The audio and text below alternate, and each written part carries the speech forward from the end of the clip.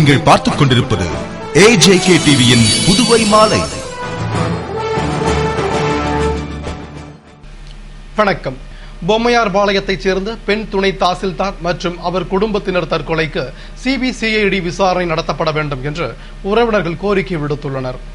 புதுவை விழுப்புரம் மாவட்டம் பொம்மையார் பாளையத்தைச் சேர்ந்த வழக்கறிஞர் ஆனந்த மகாராஜன் என்கின்ற சிவானந்தம் என்பவரின் மனைவி சிவஞானம் தூத்துக்குடி கலெக்டர் அலுவலகத்தில் துணை தாசில்தாருக்கு இணையான கண்காணிப்பாளர் பதவியை வகித்து வந்த நிலையில் கணவருடன் ஏற்பட்ட தகராறில் மண்ணெண்ணெய் ஊற்றி தீ வைத்துக் கொண்டார். இதனை கண்டு அதிர்ச்சி அடைந்த கணவர் மனைவியை காப்பாற்ற முயன்ற போது அவர் மீதும் தீ பற்றியதால் அங்கும் இங்கும் ஓடினர். இந்த விபத்தில் அவர்களுடைய இரு மகள்கள் ரிஷியா, பரமேஸ்வரி ஆகியோரும் வீடு பூட்டி இருந்ததால் வெளியே செல்ல முடியாமல் தவித்தனர். அவர்கள் மீதும் தீ பற்றி ஒட்டுமொத்த குடும்பமே தீயில் சிக்கி அலறியது. இவர்களது அலறல் சத்தம் கேட்டு அக்கம் பக்கம் கூடியிருந்தவர்கள் தூத்துக்குடி சிப்காட் போலீசாருக்கு தகவல் தெரிவித்தனர். அவர்கள் விரைந்து வந்து கதவை உடைத்து உள்ளே சென்றபோது தந்தையும் இளைய மகளும் இறந்து கிடந்தனர். உயிருக்கு போராடிய நிலையில் கிடந்த தாயையும் மூத்த மகளையும் மருத்துவமனையில் சிகிச்சைக்காக சேர்த்தபோது மூத்த மகள் போலீசாரிடம் அம்மா அப்பா சண்டை போட்டுக் கொண்டதால் தீ வைத்துக் கொண்டதாக கூறினார். இதுகுறித்து போலீசார் வழக்கு பதிவு செய்து விசாரணை நடத்திய போது கடந்த 4 மாதங்களுக்கு முன்பு சிவஞானம் துணை தாசில்தார் பதவி உயர்வு பெற்றதை தற்போது பதவி இறக்கம் செய்து அலுவலகத்தில் தகவல் அறிவிப்பு பலகையில் ஒட்டப்பட்டதால் மனவேதனையில் காணப்பட்டதாகவும் மற்ற ஊழியர்களிடமும் சொல்லி வருத்தப்பட்டதாகவும் தெரிய வந்தது. இதனிடையே உறவினர்கள் பதவி இறக்கம் காரணமாக அவர் தற்கொலை செய்து கொண்டுள்ளதாகவும் கணவன் மனைவிக்குள் தகராறு இல்லை என்பதால் CBCID போலீஸ் விசாரணைக்கு உத்தரவிட்டு ஆட்சியர் மற்றும் வருவாய் துறையினர் மீது உரிய நடவடிக்கை எடுக்க வேண்டும் என கோரிக்கை விடுத்துள்ளனர். கணவன் குழந்தைகள் பாதிக்கப்பட்டது பேப்பரில் கொண்டு வரப்பட்ட நியூஸ், அதுவும் தவறான நியூஸ் ஆனது. மேலும் துணை தாசில்தாராக இருந்த அந்த சிவஞானம் அவர்களை டீப்ரமோட் பண்ணி கலெக்டர் லிஸ்ட்ல இருந்து எடுத்திருக்காங்க. திரும்பி சிவஞானம் போய் பார்க்க போனது கலெக்டர் மறுத்திருக்கார் பார்க்க. மன உளைச்சல் காரணமாக வீட்டில் தம்பி ஒய்ஃப் எனக்கு அவங்க 2 பேரும் பிரச்சனை எதுவுமே கிடையாது.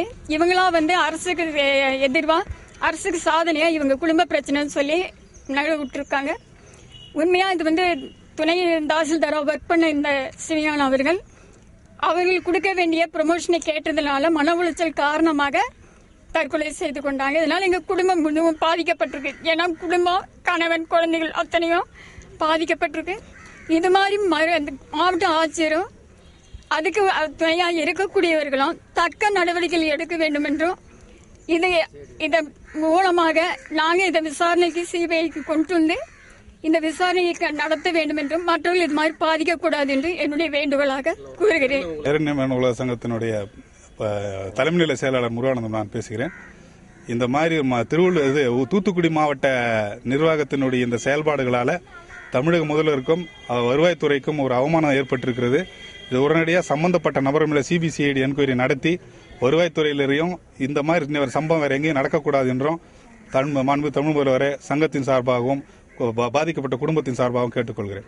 சம்பந்தப்பட்ட நபர்கள் மேல குடும்பத்தினர் குற்றவியல் வழக்கு பதிவு செஞ்சிருக்காங்க. இந்த உண்மை நிலையை தெரிவிக்கணும். பத்திரிகைகளை இரட்டடிப்பு செய்யப்பட்ட நிகழ்ச்சிகளுக்கு இந்த தகவலுக்கு எல்லா பத்திரிகையும் மறுப்பு தெரிவிக்கணும், உண்மை நிகழ்ச்சி தெரிவிக்கணும் கேட்டுக்கொள்கிறேன். விதிமுறையை பின்பற்றாத பேருந்துகள் மீது நடவடிக்கை எடுக்கப்படும் என்று போக்குவரத்து துறை ஆணையர் எச்சரிக்கை விடுத்துள்ளார்.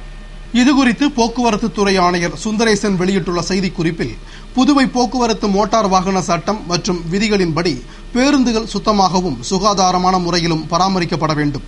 பேருந்தில் அனைத்து மருந்துகளும் உபகரணங்களும் உள்ளடக்கிய முதல் உதவி பெட்டி வைத்திருக்க வேண்டும் மற்றும் பயண நேர பட்டியல், பயண கட்டண விவரம் பயணிகள் அறியும் வகையில் வைத்திருக்க வேண்டும். மேலும் பயணிகளுக்கு பேருந்து புறப்படும் இடம், சேருமிடம், எண், தேதி மற்றும் பேருந்தின் பெயர் உள்ளிட்ட விவரங்கள் அடங்கிய தெளிவான பயண சீட்டு வழங்கப்பட வேண்டும் என்றார். தொடர்ந்து அனுமதிக்கப்பட்ட வழித்தடங்களில் மட்டுமே பயணிகள் பேருந்துகள் இயக்கப்பட வேண்டும் மற்றும் வரையறுக்கப்பட்ட பேருந்து நிறுத்தங்களில் மட்டுமே பயணிகளை ஏற்றவோ அல்லது இறக்கவோ செய்ய வேண்டும். பேருந்துகளில் ஓட்டுநர் மற்றும் நடத்துனர் காக்கி சீருடை மற்றும் அடையாள வில்லை வைத்திருக்க வேண்டும். பேருந்துகளில் ஓட்டுநர், நடத்துனர்களை தவிர வேறு பணியாளர்களை நியமிக்க கூடாது என்றும் பயணிகள் அமைதியை கெடுக்கும் வகையில் பாடல்களை அதிக சத்தத்துடன் ஒலிக்க செய்யக்கூடாது என்றும் போக்குவரத்து துறை அனுமதியின்றி பேருந்துகளில் எவ்வித விளம்பரம் செய்வதோ அளவுக்கு அதிகமான பயணிகளை ஏற்றி அவர்களை பேருந்து படிகளிலும் கூரைகளிலும் ஆபத்தான வகையில் பயணம் செய்ய அனுமதிப்பது தண்டனைக்குரியது என்றும் இதனை மீறும் வாகனங்களின் மீது மோட்டார் வாகன சட்டம் மற்றும் விதிகளின்படி நடவடிக்கை எடுக்கப்படும் என்று கூறினார். புதுவை புதிய பேருந்து நிலையத்தின் மையப்பகுதியில் சுற்றுச்சூழல் கேடு விளைவிக்கும் வண்ணம் சிறுநீர் கழிக்கும் அவல நிலையை தடுக்க நடவடிக்கை எடுக்க வேண்டும் என்று சிறு வியாபாரிகளும் ஆட்டோ ஓட்டுநர்களும் கோரிக்கை விடுத்துள்ளனர். புதுவை புதிய பேருந்து நிலையத்தில் முன்பு பேருந்து நிலைய வளாகத்தின் மையப்பகுதியில் இலவச சிறுநீர் கழிப்பிடம் இருந்தது. அதனை பயன்படுத்தியவர்கள் சரிவர தண்ணீர் ஊற்றாததாலும் முறையாக பராமரிக்கப்படாததாலும் துர்நாற்றம் வீசி நோய் பரவும் அபாய நிலை ஏற்பட்டதால் இலவச சிறுநீர் கழிப்பிடத்தை அங்கிருந்து அகற்றி வேறு ஏற்பாடு செய்ய வேண்டும் என்று பல்வேறு தரப்பினரும் கோரிக்கை விடுத்ததால் அது அகற்றப்பட்டது. ஆனால் சிறுநீர் கழிப்பிடம் அகற்றப்பட்டதும் பொதுமக்கள் அவ்விடத்தில் சிறுநீர் கழிப்பதால் சேரும் சகதியுமாக துர்நாற்றம் வீசுவதோடு டெங்கு, மலேரியா போன்ற தொற்று நோய் பரவும் அபாயம் ஏற்பட்டுள்ளது. மேலும் பேருந்தில் வரும் பயணிகள் துர்நாற்றம் வீசுவதால் தாங்க முடியாமல் மூக்கை பிடித்துக் கொண்டே அப்பகுதியை கடந்து செல்கின்றனர். வந்து போகும் பயணிகளுக்கே இந்த நிலைமை என்றால் பேருந்து நிலையம் அருகே உள்ள பூக்கடை, பழக்கடை, டீக்கடை போன்ற சிறு வியாபாரிகள் மற்றும் பேருந்து நிலைய ஆட்டோ ஸ்டாண்டில் உள்ள ஆட்டோ ஓட்டுநர்களின் நிலைமை மிகவும் மோசமாக உள்ளது. நாள் முழுவதும் பிழைப்பிற்காக துர்நாற்றத்தை தாங்க முடியாமல் சகித்துக் கொண்டிருக்கும் அவர்கள் இதுகுறித்து கூறுகையில், அப்பகுதியில் துர்நாற்றம் வீசுவதால் தங்களால் சரிவர உணவு கூட உண்ண முடியவில்லை என்றும், மேலும் துர்நாற்றம் காரணமாக குடலை பிரட்டி வாந்தி எடுத்து பாதிப்பு ஏற்பட்டுள்ளதாகவும், வியாபாரிகளின் பொதுமக்களின் நலன் கருதி அரசு அவ்விடத்தில் சிறுநீர் கழித்தால் கடும் நடவடிக்கை எடுக்கப்படும் என்று எச்சரிக்கை பலகை வைத்தும் மீறுபவர்கள் மீது கடும் நடவடிக்கை எடுக்க வேண்டும் என்று கூறினர். மேலும் ஆட்டோ ஓட்டுநர்கள் கூறுகையில், பேருந்து நிலையத்தின் மையப்பகுதியில் சிறுநீர் கழித்து சுற்றுச்சூழலை கெடுக்கும் அவல நிலை புதுவையை தவிர வேறு எங்கும் கிடையாது. எனவே இதனை தடுக்க உரிய நடவடிக்கை எடுக்க வேண்டும் என்றும், சிறுநீர் கழிப்பிடத்தை அதற்குரிய இடத்தில் சுத்தப்படுத்தி சிமெண்ட் தரை அமைத்திருந்தால் இத்தகைய நிலை ஏற்பட்டிருக்காது என்றனர். மேலும் ஆட்டோ ஸ்டாண்ட் பகுதியில் மேற்கூரை அமைத்து தரப்பட வேண்டும் என்று அவர்கள் கோரிக்கை விடுத்தனர். புதுவை வெங்கட சுப்ப ரெட்டியார் அரசு தொழில்நுட்ப மேல்நிலைப் பள்ளியில் நடைபெற்ற டெங்கு விழிப்புணர்வு முகாமினை அமைச்சர் பன்னீர்செல்வம் துவக்கி வைத்தார். புதுவை வெங்கட சுப்ப ரெட்டியார் அரசு தொழில்நுட்ப மேல்நிலைப் பள்ளியில் நாட்டு நலப்பணி திட்டம் மற்றும் ரெட்டியார்பாளையம் மூகாம்பிகை நகர் குடியிருப்போர் நலவாழ்வு சங்கம் சார்பில் டெங்கு விழிப்புணர்வு முகாம் துணைத் தலைவர் கபிலன் தலைமையில் தலைவர் திருநாவுக்கரசு, அருணாச்சலம் ஆகியோர் முன்னிலையில் நடைபெற்றது. இணை செயலாளர் லோகநாதன் வரவேற்று பேசிய முகாமில் சிறப்பு விருந்தினராக அமைச்சர் பன்னீர்செல்வம் பங்கேற்று முகாமினை துவக்கி வைத்து சிறப்புரையாற்றினார். தொடர்ந்து திட்ட ஒருங்கிணைப்பாளர் பூபதி, பள்ளி துணை முதல்வர் ராமலிங்கம் ஆகியோர் கருத்துரை வழங்கிய முகாமில் மாணவர்கள் மூகாம்பிகை நகர், வனத்து நகர், மேரி உழவர்கரை உள்ளிட்ட பகுதிகளில் விழிப்புணர்வு பிரசுரங்களை விநியோகித்து வீட்டு கழிவுநீர் குழாய்களில் கொசு வலையை கட்டினர். புதுவை இந்திரா காந்தி மேல்நிலைப் பள்ளியில் தேசிய ஒருமைப்பாட்டு வார விழா கொண்டாடப்பட்டது. புதுவை இந்திரா நகர் அரசு மேல்நிலைப் பள்ளியில் தேசிய ஒருமைப்பாட்டு வார விழா பள்ளி துணை முதல்வர் சுப்புராயன் தலைமையில் நடைபெற்றது. திட்ட அதிகாரி தமிழ்வாணன் வரவேற்று பேசிய விழாவில் சிறப்பு அழைப்பாளராக தாகூர் கலைக்கல்லூரி தத்துவ பேராசிரியர் சம்பத்குமார் பங்கேற்று தேசிய ஒருமைப்பாடு பற்றி விழிப்புணர்வு உரையாற்றினார். திரளான மாணவர்கள் பங்கேற்ற கூட்டத்தின் நிறைவில் திட்ட அதிகாரி சேகர் நன்றி கூறினார். லஞ்ச ஒழிப்பு வாரத்தை முன்னிட்டு அரசு மற்றும் அரசு சார்பு நிறுவன ஊழியர்களுக்கு கட்டுரை போட்டி நடத்தப்பட்டது. புதுவை திருவள்ளுவர் அரசு மேல்நிலைப் பள்ளியில் லஞ்ச ஒழிப்பு வாரத்தை முன்னிட்டு அரசு ஊழியர்கள் மற்றும் அரசு சார்பு நிறுவன ஊழியர்களுக்கு லஞ்ச ஒழிப்பில் இளைஞர்களின் பங்கு என்ற தலைப்பில் கட்டுரை போட்டி நடத்தப்பட்டது. ஆங்கிலம், தமிழ், மலையாளம், தெலுங்கு என்ற 4 பிரிவுகளில் நடத்தப்பட்ட போட்டிகளில் ஏராளமான ஊழியர்கள் பங்கேற்று ஆர்வமுடன் கட்டுரை எழுதினர். போட்டிக்கான ஏற்பாட்டினை நிர்வாக சீர்திருத்த சிறகம் மற்றும் பணியாளர் சீர்திருத்தத்துறை இணைந்து செய்திருந்தது. இப்போட்டியில் ஒவ்வொரு மொழி பிரிவிலும் 3 கட்டுரைகள் தேர்ந்தெடுக்கப்பட்டு பரிசுகள் வழங்கப்பட உள்ளது. புதுவை லாசுப்பேட்டையில் 64வது தேசிய மாணவர் படை விழா கொண்டாடப்பட்டு மாணவர்களுக்கு பல்வேறு போட்டிகள் நடத்தி பரிசுகள் வழங்கப்பட்டது. புதுவை லாசுப்பேட்டை தேசிய மாணவர் படை தலைமை அலுவலகத்தில் தேசிய மாணவர் படை தின விழா குரூப் கமாண்டர் கர்னல் ஜோஷி தலைமையில் நடைபெற்றது. விழாவினை முன்னிட்டு தேசிய மாணவர்களின் அணிவகுப்பை தொடர்ந்து ஓவிய போட்டி, கட்டுரை போட்டி, கயிறு இழுக்கும் போட்டி என பல்வேறு போட்டிகள் நடைபெற்றது. அதிகாரிகள் ஹுமாயூன், ஜேவியர், ரமேஷ், சகாயமேரி, ரமலான், சங்கரன் உள்ளிட்டோர் முன்னிலையில் நடத்தப்பட்டு வெற்றி பெற்றோருக்கு பரிசுகள் வழங்கப்பட்டது மற்றும் மாணவர்களுக்கு அவர்களின் எதிர்காலம், வேலை வாய்ப்பு பற்றி சிறப்பு அறிவுரை வழங்கப்பட்டது. விழாவில் தேசிய மாணவர் படை மாணவர்கள் திரளாக கலந்து கொண்டனர். புதுவை பிச்சவீரன்பேட்டில் நடந்த டெங்கு காய்ச்சல் தடுப்பு விழிப்புணர்வு பேரணியை அமைச்சர் பன்னீர்செல்வம் துவக்கி வைத்தார். புதுவை உழவர்கரை தொகுதி பிச்சவீரன்பேட்டில் டெங்கு காய்ச்சல் தடுப்பு விழிப்புணர்வு பேரணி மற்றும் துண்டு பிரசுரம் விநியோகம் கிராம பஞ்சாயத்தார் ராஜேந்திரன் தலைமையில் அம்பேத்கர் இளைஞர் நற்பணி மன்ற அமைப்பாளர் மாயவன், நியூமேன் யூத் அசோசியேஷன் நிர்வாகிகள் முன்னிலையில் நடைபெற்றது. நிகழ்ச்சியில் சிறப்பு அழைப்பாளராக அமைச்சர் பன்னீர்செல்வம் கலந்து கொண்டு விழிப்புணர்வு பேரணியை துவக்கி வைத்து துண்டு பிரசுரத்தை விநியோகித்தார்.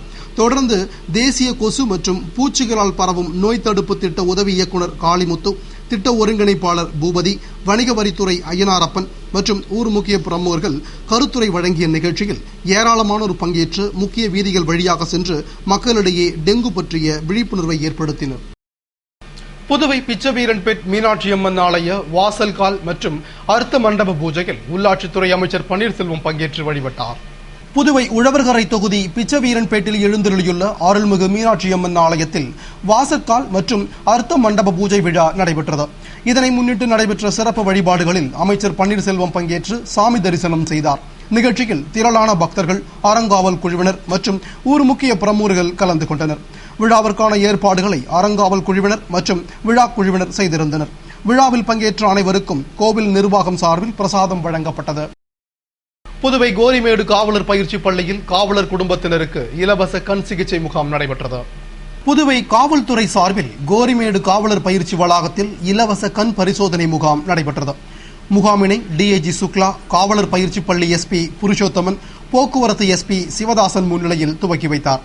முகாமில் 200க்கும் மேற்பட்ட காவலர்கள், பெட்டாலியன் போலீசார் மற்றும் அவர்களின் குடும்பத்தினர் பங்கேற்று சிகிச்சை பெற்றனர். முகாமில் கண் பரிசோதிக்கப்பட்டு குறைபாடுகள் கண்டறியப்பட்டால் மேல் சிகிச்சைக்கு காவலர் நலச்சங்கம் சார்பில் பரிந்துரைக்கப்பட்டு சலுகை கட்டணத்தில் மருத்துவ உதவிகள் செய்யப்படுகிறது. மேலும் காவலர்கள் நலன் கருதி ஆண்டுதோறும் 2 நாட்கள் இலவச கண் சிகிச்சை முகாம் நடத்தப்பட உள்ளதாக காவல்துறை அதிகாரிகள் தெரிவித்தனர். புதுவையில் தமிழக தொல்லியல் ஆய்வுகள் சார்பில் தமிழக தொல்லியல் உருவாக்கமும் வளர்ச்சியும் என்ற தலைப்பில் கருத்தரங்கு நடைபெற்றது. புதுவை தனியார் ஹோட்டலில் மணற்கேணி தமிழக தொல்லியல் ஆய்வுகள் சார்பில் ஆசிரியர் ரவிக்குமார் தலைமையில் தமிழகமும் தொல்லியல் உருவாக்கமும் வளர்ச்சியும் என்ற கருத்தரங்கம் நடைபெற்றது. நிகழ்ச்சியில் தமிழக தொல்லியல் துறை முன்னாள் இயக்குநர் தொல்லியல் உருவாக்கம் வளர்ச்சி பற்றியும், இந்திய தொல்லியல் துறை பிராந்திய இயக்குநர் தொல்லியல் சின்னங்கள் பாதுகாப்பும் புனரமைப்பும் என்ற தலைப்பிலும், பிரெஞ்சு இந்திய ஆய்வு நிறுவன பேராசிரியர் சுப்ராயிலு கல்வெட்டியல் நோக்கில் அரசுருவாக்கம் குறித்தும், பிரெஞ்சு ஆசியவியல் பள்ளி பேராசிரியர் விஜய வேணுகோபால் கல்வெட்டியல் ஆய்விற்கு பிரெஞ்சு ஆசியவியல் பள்ளியின் பங்களிப்பு பற்றியும், தெற்கு மற்றும் தெற்காசிய பண்பாட்டு நிறுவன இயக்குநர் தமிழக காசியியல் தலைப்பிலும் உரையாற்றினர். இதில் தொல்லியல் ஆய்வு நிபுணர்கள் திரளாக பங்கேற்றனர். இத்துடன் செய்திகள் நிறைவடைந்தன. வணக்கம்.